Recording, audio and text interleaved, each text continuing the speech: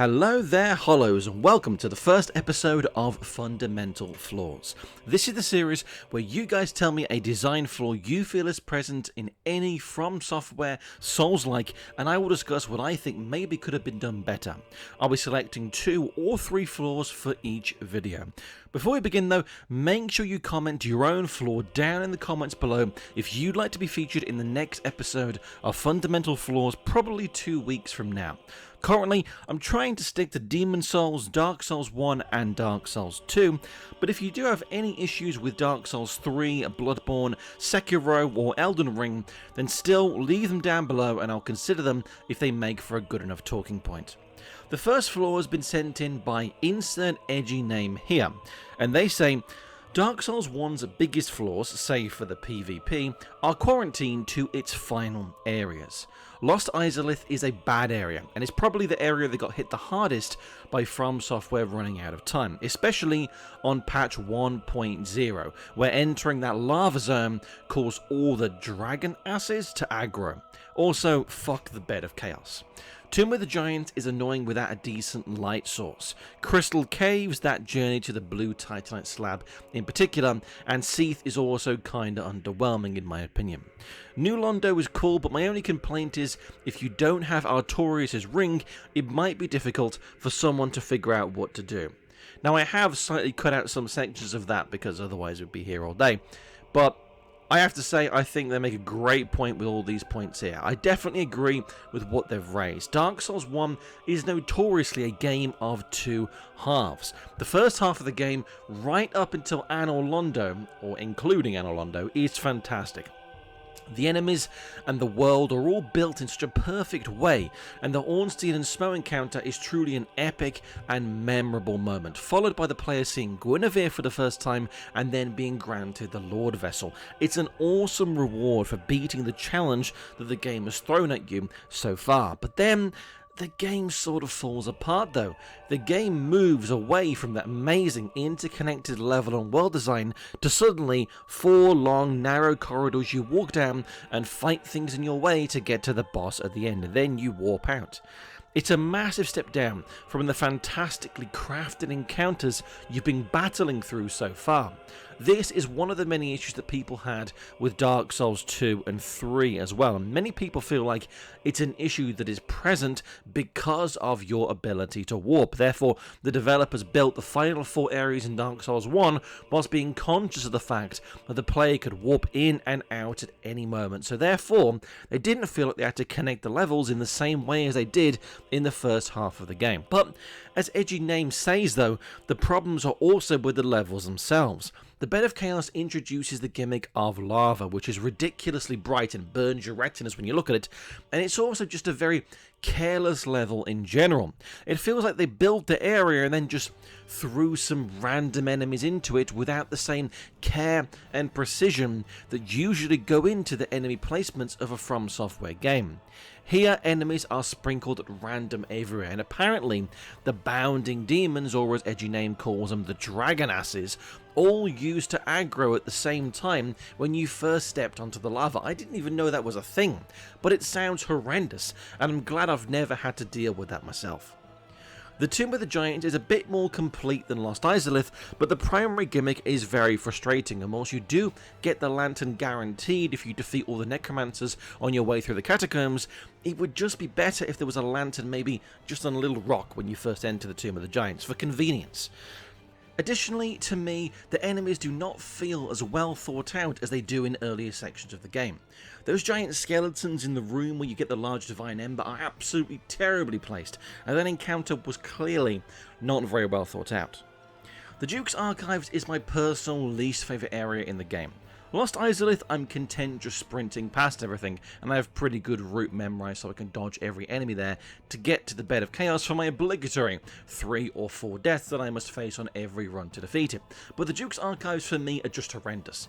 The channelers that buff up those undead crystal soldiers to make them even worse are just the bane of my existence.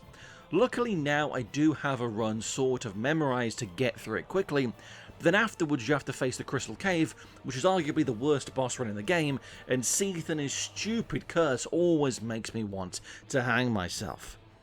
New Londo Ruins is probably the best of the final 4 areas, but even then, it has an annoying boss run, and for a new player, figuring out that you need the Covenant of Artorias to be able to walk in the Abyss and fight the 4 Kings is an unrealistic expectation, as I'm pretty sure, if we're honest, most of us probably looked that up online our first time through the game.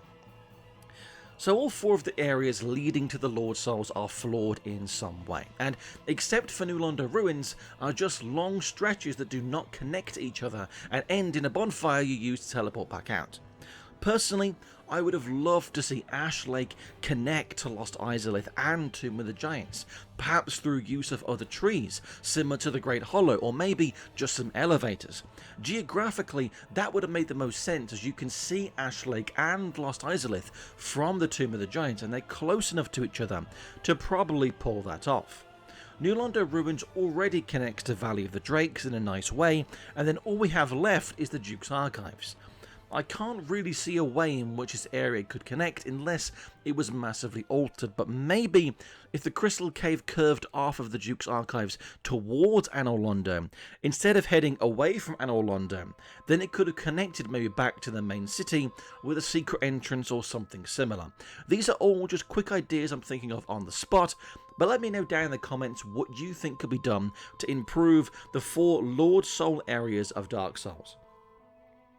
The second flaw for today has been sent in by Kat or Catty or Kate, and they say, I have a big issue with the fact that Dark Souls 2 enemies can permanently die.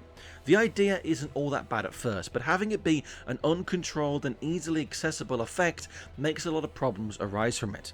First, you can't choose whether it happens or not, making it harder to repeatedly take down a specific enemy for its drops. Next, it undermines the concept of the level and encounter design needing to be overcome. If you can just beat one of the 7 enemies enough, the situation becomes permanently easier, instead of having to actually get through the challenge of 7 enemies. I suppose this is attached to another point that I have against Scholar specifically, I don't know about the original release, that the designers of the encounters don't even have to make them possible to overcome, only to make one of the enemies beatable. They can get lazy and haphazard with the design of their game because they put the onus on the player to use this mechanic to erase the challenge altogether. To end off my spiel, it feels like a half measure of fitting the enemies into the theme of cycles and giving the player a mechanic to ease the difficulty. It's an issue that exists in other games in the series, but it isn't to the same degree as here. A solution I like is to have either of 2 things happen. 1, there's an option provided to use an amount of souls to prevent an enemy from respawning, or 2, there's a weapon buff that will permanently defeat any enemies that are struck down by it. The funny thing is with me, this has never actually been a problem I have personally encountered whilst playing Dark Souls 2. The builds I've ended up coming up with have never really required massive amounts of farming, but I'm aware this is definitely a massive flaw with this game that many people do take an issue with.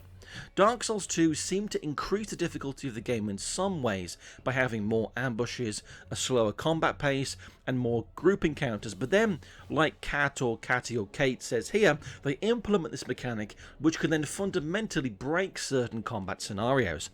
I have personally never cheesed my way through a part of Dark Souls 2 by killing an enemy until it no longer respawns, but it probably is something that some players did to make the game easier for themselves, and it is definitely an issue, which is why Miyazaki did not implement the system into any of the entries that he leaded the development of.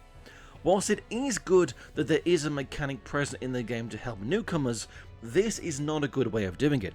If a new player is going to play Dark Souls, then they shouldn't be able to just cheese their way through the game, because that's never going to allow them to understand the game on a deep level so they can actually get better as a player. This means they could do things like abusing backstabs or jumping attacks and do this over and over again on enemies until they no longer respawn, which is essentially cheating their way through the game. There's also the other side that this person mentioned of not being able to effectively farm for materials.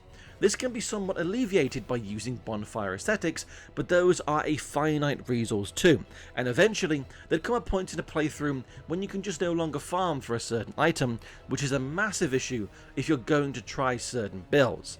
I feel like the best solution to this problem would be to make it so using a bonfire aesthetic means that enemies do not permanently die at that location. Also maybe make it so that you have to kill enemies even more times for them to actually permanently die before that point as well, meaning that new players would be turned away from the idea of cheesing this mechanic because of the fact that it would be so ridiculously tedious.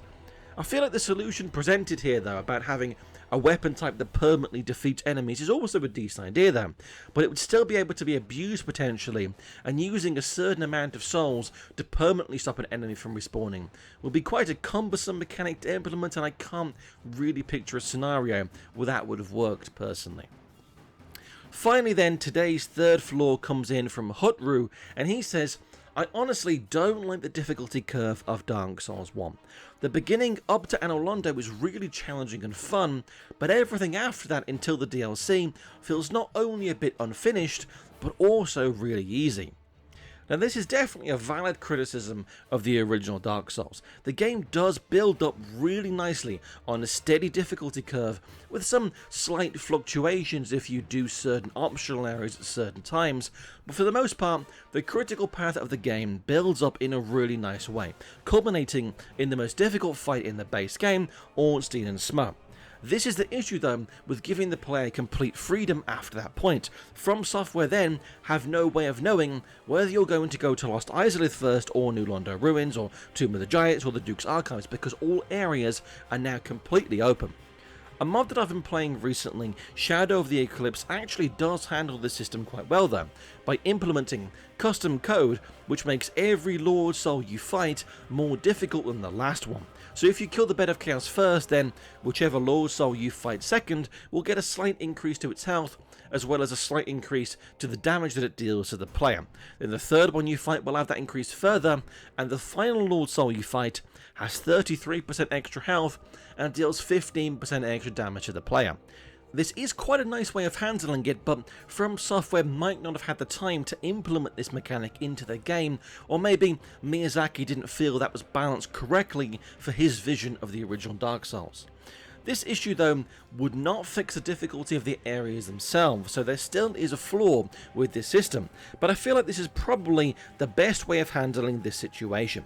Anyway, that concludes the first episode of Fundamental Flaws. Again, make sure to type any flaws down below in the comments if you would like to be featured on the next episode. Like I said earlier, I'm trying to stick to Demon Souls, Dark Souls 1 and Dark Souls 2, but I will still consider things relating to Dark Souls 3, Bloodborne, Sekiro or Elden Ring if they make for a good enough talking point. Anyway, thank you for watching. Make sure you like, comment and subscribe. Maybe even share this video with anyone you think might enjoy it if you feel it was good enough. Thank you again for watching. This is SoulReborn signing out. Have a good one.